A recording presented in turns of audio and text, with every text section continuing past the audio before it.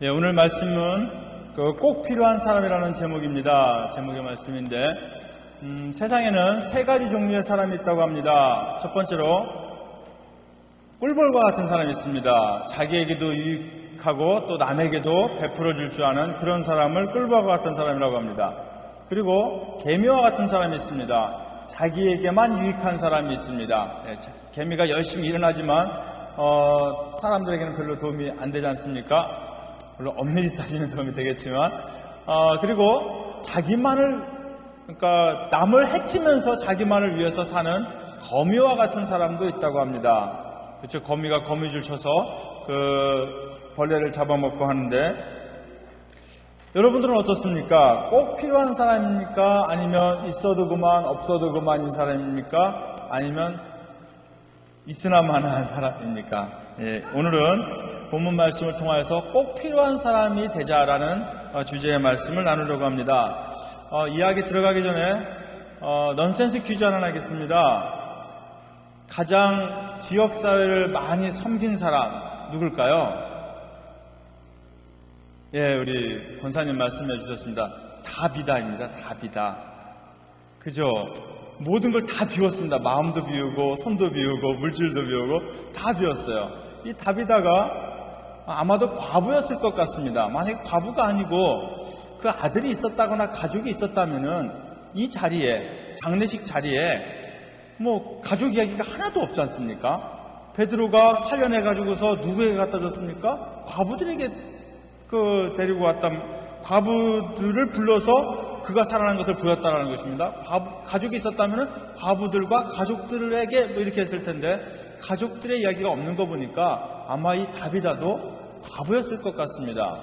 이 다비다가 죽어서 아마 예수님 품에 안겼겠죠. 예수님께서 너 뭐하고 왔니?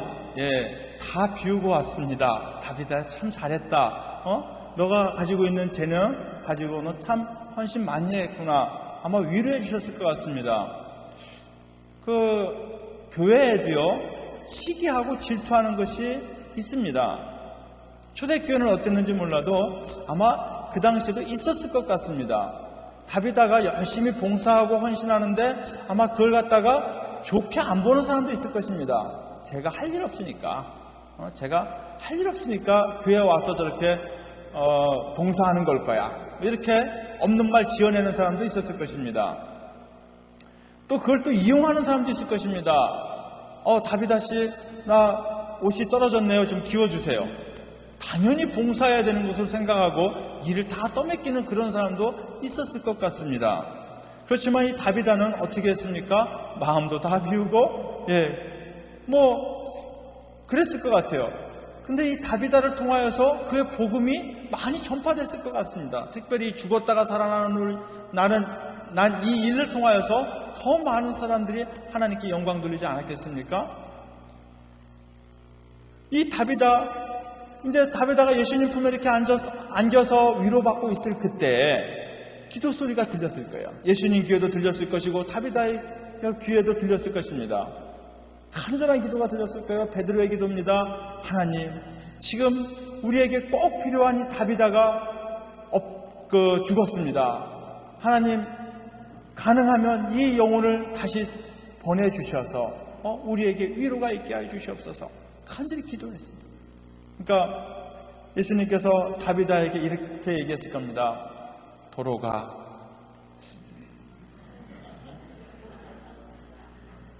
예수님, 제 이름은 도로가가 아니라 도르가입니다. 예, 이름이 두 개씩 가지고 있는 사람들이 있죠. 우리 이지영이, 제 딸이 이지영인데 친구들은 이지라고 부릅니다. 이지.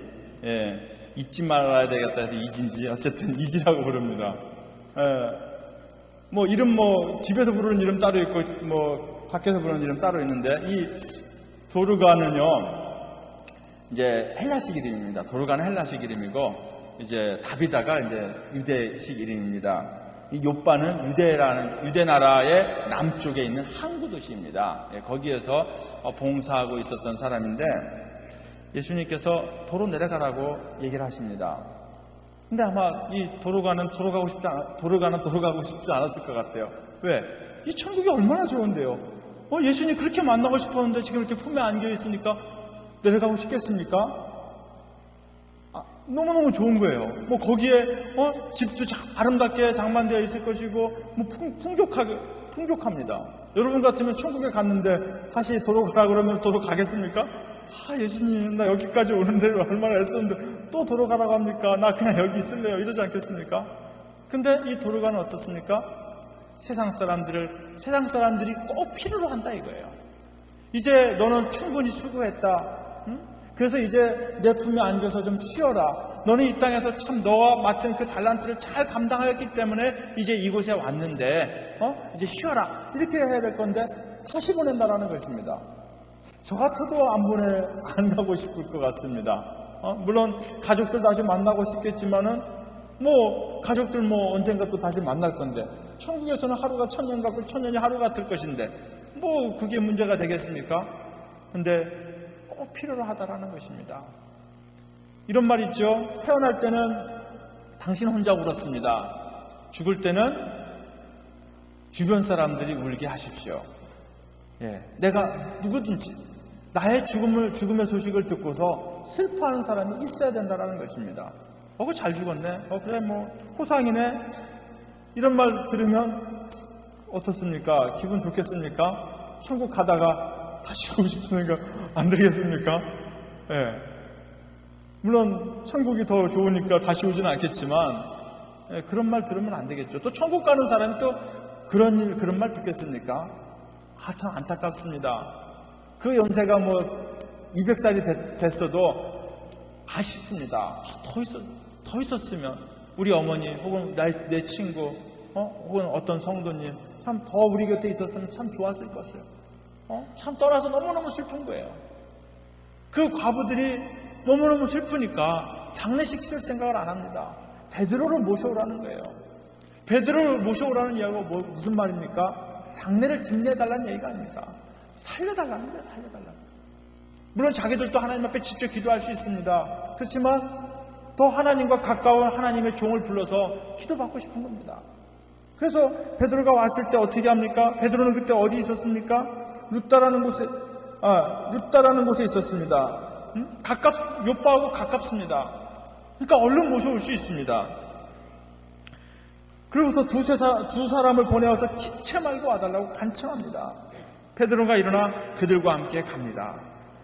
그리고 다락방에 올라가니까 모든 과부가 베드로 곁에 서서 울면서 뭐라고 합니까? 그 도르가가 그들과 함께 있을 때 지은 속옷과 겉옷을 다 내어 보이는 것입니다. 왜 내어 보입니까? 장례 절차에 이게 필요해서 내어 보일 걸까요? 아닙니다. 장례 절차에는 그 도르가가 지은 속옷이나 겉옷은 필요가 없습니다. 왜 그 옷을 보여줍니까? 이 도르가가 생전에 지었던 옷이라는 것입니다.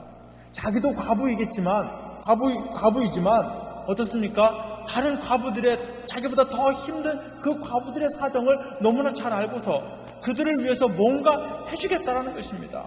자기도 힘들고 어려웠을 것입니다. 그 당시 유대인은요, 여자에게는 재산이 상속되지 않습니다.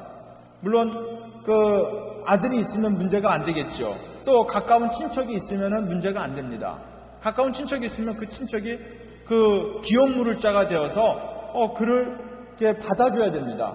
아들이 없이 이렇게 과부가 되었으면은요, 재가를 할 수 있습니다. 가장 가까운 친척에게 가서 당신이 나에게 있어서 가장 가까운 친척입니다. 나하고 결혼하십시오. 근데 그걸 갖다가 원치 않으면은 그 뺨을 맞아야 됩니다. 그것도 신발로 뺨을 맞아야 됩니다.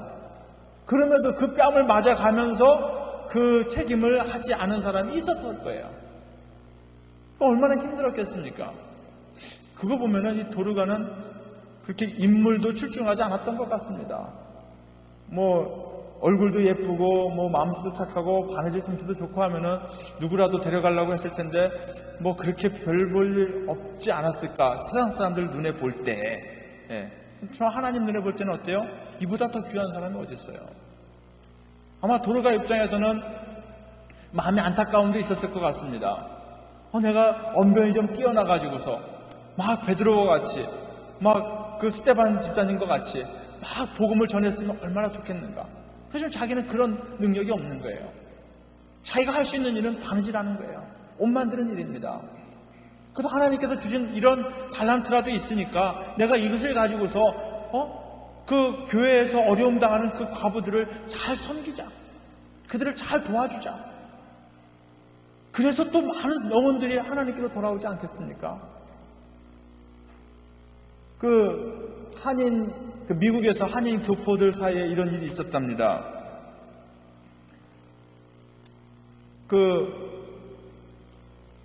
이제 우리 한국 사람들 가면은 좀 힘든 일 많이 하잖아요. 힘든 일 많이 하는데 그 세탁소를 하는 사람이 있었습니다. 세탁소를 하는데 어떤 사람이 와서 다짜고짜 자기 속옷이 없어졌다는 거예요. 당신에게 맡겼는데 없어졌다는 거예요. 아니 분명히 다시 배달해서 돌려드리지 않았습니까? 자기 받은 바 없다는 거예요. 막 욕하고. 그러니까 어때요? 같이 싸울 수도 없고 분명히 확인할 가서 또 막 다 옷을 찾아낼 수도 없고 이러고 있는데 나중에 옷이 발견이 됩니다. 얼마나 미안하겠어요. 그런데도 그 세탁소 주인은 아무렇지도 않은 듯이 찾아서 참 다행입니다. 이렇게 하는 거예요. 그것이 복음을 전하는 계기가 되더라는 것입니다. 한국에 있었던 일입니다. 어떤 사람이 점쟁이를 찾아갔는데 그 점괘가 어떻게 나왔느냐면은 가까운 사람하고 대판 싸우십시오. 그러면은 액땜이 돼가지고서 이제 복을 받게 될 겁니다. 그러니까 자기 새들어 사는 사람 연탄을 자기가 빼가야 되겠다. 그러면 이제 이것이 싸움이 될 거고 대판 싸우면 이제 자기는 복을 받겠지. 이러고서 그 새들어 사는 사람의 연탄을 빼간 거예요. 그것도 빼가는 거 아는데도 그 사람이 아무 소리 안 해요. 다음날 또 빼가요. 아무 소리 안 해요. 또 빼가요. 그러다가 이제는 두 손 든 겁니다. 아니 당신은 왜 화도 안 내느냐고. 이렇게 손뼉도 이렇게 마주쳐야 소리가 나는데 왜 나한테 아무 소리 안 하냐고. 필요해서 빼가셨겠죠. 싸우면 안 되는 겁니다. 그래서 사실은 내가 이만저만해서 점쟁이 말을 듣고 당신하고 한번 싸우려고 일부러 싸움거리를 만들려고 그랬다고. 점쟁이 말 믿지 마십시오. 하나님 믿으십시오. 그것이 오히려 전도의 계기가 되더라는 것입니다.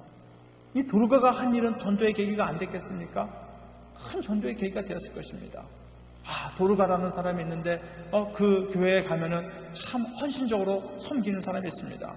자, 옷을 지어서 섬기는 사람이 말과 행동에서 섬김이 안 나타나겠습니까? 그 말에서 친절함이 막 배어나오고 섬김이 배어나오고 누구라도 따뜻하게 맞아주고 이렇게 하지 않았겠습니까? 하나를 보면 열을 안다고 합니다. 이 도르가의 섬김은 아마 소문이 났을 것입니다. 그 과부들이 눈물 흘려가면서 그 도르가가 지은 그 속옷과 겉옷을 내어 보이며 베드로를 빨리 모셔올 정도로 그 죽음을 아파하고 슬퍼할 정도로 이 도르가는 그들에게 큰 영향력을 미쳤다라는 이야기입니다. 정말 꼭 필요한 사람이라는 것입니다. 물론 천국이 더 좋은 거 알지만 천국에 가서 더 행복한 줄 알지만 정말 이 잠깐이지만 헤어짐의 그 아픔이 너무 크다라는 것입니다. 감당할 수 없다라는 것입니다. 그러니까 살려달라는 거죠. 그랬을 때 이 베드로가 어떻게 합니까? 사람들을 다 내어보냅니다. 그리고 무릎 꿇고 기도합니다. 아마 베드로도 이 도르가의 선행이 소문으로 들렸을 것입니다. 그리고 그 과부들의 그 애절한 마음이 전달됐을 것입니다. 안 그렇습니까? 누가 울먹이면서 여러분 얘기하는데 내 마음이 같이 슬퍼지지 않겠습니까? 그 눈빛만 보더라도 그 가슴에서 무슨 말을 하는지 다 전달되지 않습니까? 같이 울고 싶은 마음이 안 생기겠습니까? 그러니까 베드로가 기도하는 거예요. 예수님도 분명히 죽은 자를 살리지 않았습니까? 내가 예수님의 제자가 아닙니까? 정말 이 도르가 우리 교회에서 꼭 필요한 사람입니다. 이 사회에서 꼭 필요한 사람입니다. 복음 전파를 위해서 꼭 필요한 사람입니다. 하나님, 이번 한 번만 이 도르가를 좀 살려주십시오. 그의 영혼을 다시 보내주십시오. 간절히 기도하니까 어떻습니까? 그리고 시체를 향하여서 말합니다. 베드로에게 확신이 왔을 것입니다. 하나님의 음성이 그 속에서 들렸을 것입니다. 그 확신을 가지고서 베드로가 말합니다. 이번에는 도르가라고 말하네요. 다비다라고 말하네요. 다비다야, 일어나라. 시체가 눈을 떴습니다. 믿음 없는 사람들 같으면은 이보다 더 공포스러운 일이 없죠. 죽은 사람이 관을 열고 나온다고 한번 생각해 보시죠. 참 무서운 일이죠. 그렇지만 어떻습니까? 이것은 무서운 일이 아니죠. 이것은 기쁨의 소식이죠.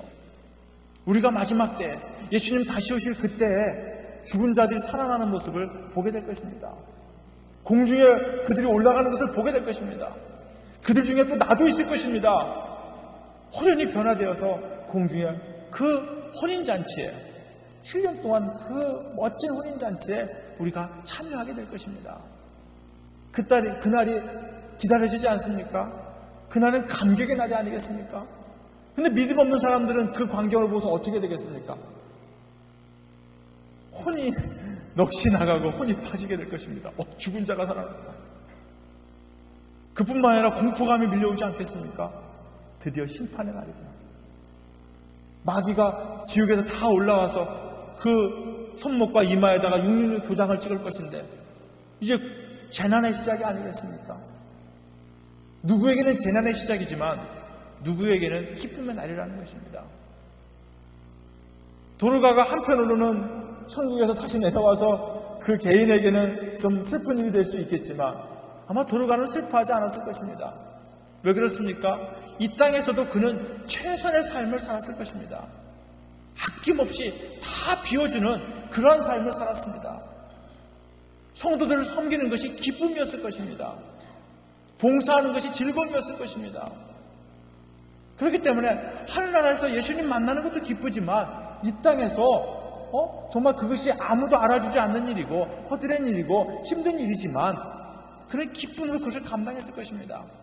말씀을 증거하는 사도들에게도 기쁨이 있었겠지만 옷을 짓고 그 바느질하는 그 모습 속에서도 기쁨이 있었을 거라는 것입니다. 그러니까 이 도르가는 다시 이 땅에 돌아왔어도 슬프지 않았을 것입니다. 오히려 자기를 통하여서 하나님의 능력이 나타나고 또 복음이 더욱더 담대히 증거되는 것을 보면서 기뻤을 것입니다. 나같이 미천한 종을 통하여서 하나님의 나라의 복음을 전파하는 도구로 써주시는군요.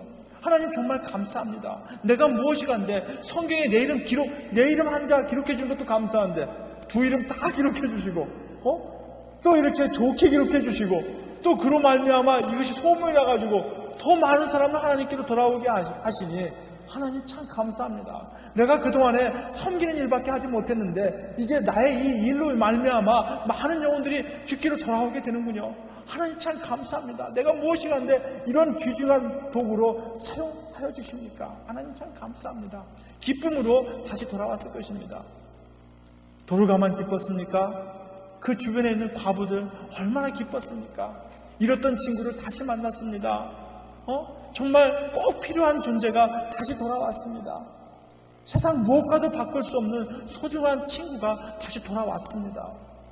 얼마나 기뻤을까요? 우리에게도 이런 감격이 있었으면 좋겠습니다. 내가 안 보이면 성도들이 무슨 일이 있는가 막 걱정하면서 막 보고 싶어하고 막 연락 오고 이런 존재의 사람이 되었으면 좋겠습니다. 내가 어려움을 당했을 때, 예를 들면 병원에 입원했다거나 상을 당했다거나 무슨 어려운 일을 당했을 때 성도들이 다 내일과 같이 막 염려해주고 걱정해주고 그런 사람이 되었으면 좋겠습니다. 근데 그런 사람이 되고 싶은 마음만 있고 열매가 없으면 안 된다라는 것입니다. 여러분, 포도나무가 있죠? 그 포도나무가 포도 열매를 맺습니다. 근데 그 포도나무가 포도 맛을 알까요? 포도나무는요, 포도를 한 번도 먹어본 적이 없습니다. 사과나무도요, 사과를 한 번도 먹어본 적이 없습니다. 모든 나무가 그렇습니다. 우리는 어떻습니까? 우리는 포도나무 가지입니다. 예수님은 포도나무고 우리는 그 가지입니다. 하나님은 농부가 되십니다. 그래서 그 포도나무를 잘 관리해 주십니다. 거름도 주시고요, 이렇게 가지치기도 해 주시고요, 햇빛도 잘 들게 해 주시고요, 이 모양 저 모양 돌봐주십니다. 우리가 열매를 맺어야 합니다. 포도나무가 열매를 맺지 않으면 어떻게 된다고 했습니까? 불살라진다고 그랬어요. 불살라진다. 땔감밖에 쓸 것이 없습니다. 뭐 그걸 가지고 가구를 만들겠습니까? 뭐 무기를 만들겠습니까? 뭘 하겠습니까? 땔감밖에 될 것이 없습니다. 예수님은 왜 그 연약한 가지, 다른 나무도 많은데 왜 우리를 갖다가 포도나무 가지에다가 비유했을까요? 열매 맺는 일 말고서는 할 게 아무것도, 쓸 게 아무것도 없는, 하나 더 땔감으로 쓸 것밖에 없는 그런 존재라는, 그런 연약한 존재가 바로 우리라는 것입니다. 베드로 예수님을 멀찍이 따랐던 그 베드로 충분히 이해할 수 있습니다. 그렇게 연약한 존재가 바로 우리라는 것입니다. 그런데 우리에게 할 수 있는 일이 있습니다. 그것이 무엇입니까? 열매 맺는 일입니다. 헌신의 열매를 맺는 것입니다. 봉사의 열매를 맺는 것입니다. 구제의 열매를 맺는 것입니다. 과부에게 무슨 재산이 있습니까? 재산 가지고서 구제 활동하지 않았습니다. 오직 할 수 있는 거, 하나님께서 나에게 주신 달란트, 그것을 가지고서 봉사했다는 것입니다. 그것을 가지고서 헌신했다는 것입니다. 내가 죽도록 충성하라. 그러면 내가 내게 생명의 면류관을 내게 주리라. 주님 말씀하고 있습니다. 이 다비다, 두루가라 하는 이 다비다는 정말 죽기까지 충성한 사람입니다. 그 어떤 사도보다도 열정적으로 일했던 사람이고, 순교자만큼 그는 훌륭한 업적을 남긴 사람입니다. 순교가 따로 있습니까? 하나님이 일하다가 죽으면 순교 아닙니까? 저는 그래서 하나님께 기도합니다. 하나님, 나 설교하다 죽게 하여 주시옵소서. 강대상에서 그냥 설교하다가 죽었으면 좋겠습니다. 여러분들도 그렇게 됐으면 좋겠습니다. 교수님이라면 강단에서 정말 그것이 마지막 순간이 되었으면 좋겠고, 지구라면 정말 가족들 보살피는 일, 가족을 위해서 기도하는 일이 마지막 순간이 되었으면 좋겠다라는 것입니다. 이 도르가라는 다비다는 그 하나님 앞에 봉사하는 순간이 마지막 순간이었을 것입니다. 하나님께서 우리에게 주신 달란트 귀하게 사용하십시오. 내 받은 달란트 얼마인가? 우리 주님께서 우리에게 주신 그 달란트 갑절로 남겼으면 좋겠습니다. 30배, 100배, 60배의 열매를 맺었으면 좋겠습니다. 그 열매가 나에게로 돌아오지 않습니다. 나는 그 열매 맛을 볼 수가 없습니다. 포도나무가 포도 열매를 맛볼 수 없었던 것처럼 우리가 맺을 수 있는 열매는 남을 위해서 맺는 열매입니다. 하나님을 위해서 맺는 열매이고 이웃을 위해서 맺어야 할 열매라는 것입니다. 나에게 돌아오는 것이 아무것도 없다고 나무들은 불평하지 않습니다. 오히려 그것이 나무를 더 가치 있게 만들고 있습니다. 우리에게 있어서의 헌신의 기회가 주어졌다면 감사하십시오. 나에게 아무것도 돌아오는 것이 없다 하더라도 감사하십시오. 그것이 하나님께서 우리에게 주신 삶이라는 것입니다. 기도하겠습니다. 사랑의 아버지 하나님, 은혜와 사랑을 감사드립니다. 다비다가 우리에게 보여주었던 그 헌신이 우리에게 있기를 원합니다. 참으로 하나님께서 주신 그 달란트를 잘 활용하였던 다비다, 많은 사람들이 꼭 필요한 존재로 여겼던 그 다비다가 우리 대학교의 모든 성도였으면 좋겠습니다. 아버지 하나님, 우리의 마음을 다비다의 마음과 같게 하여 주시옵소서. 우리 구주 예수님의 이름으로 감사하며 간절히 기도합니다. 아멘.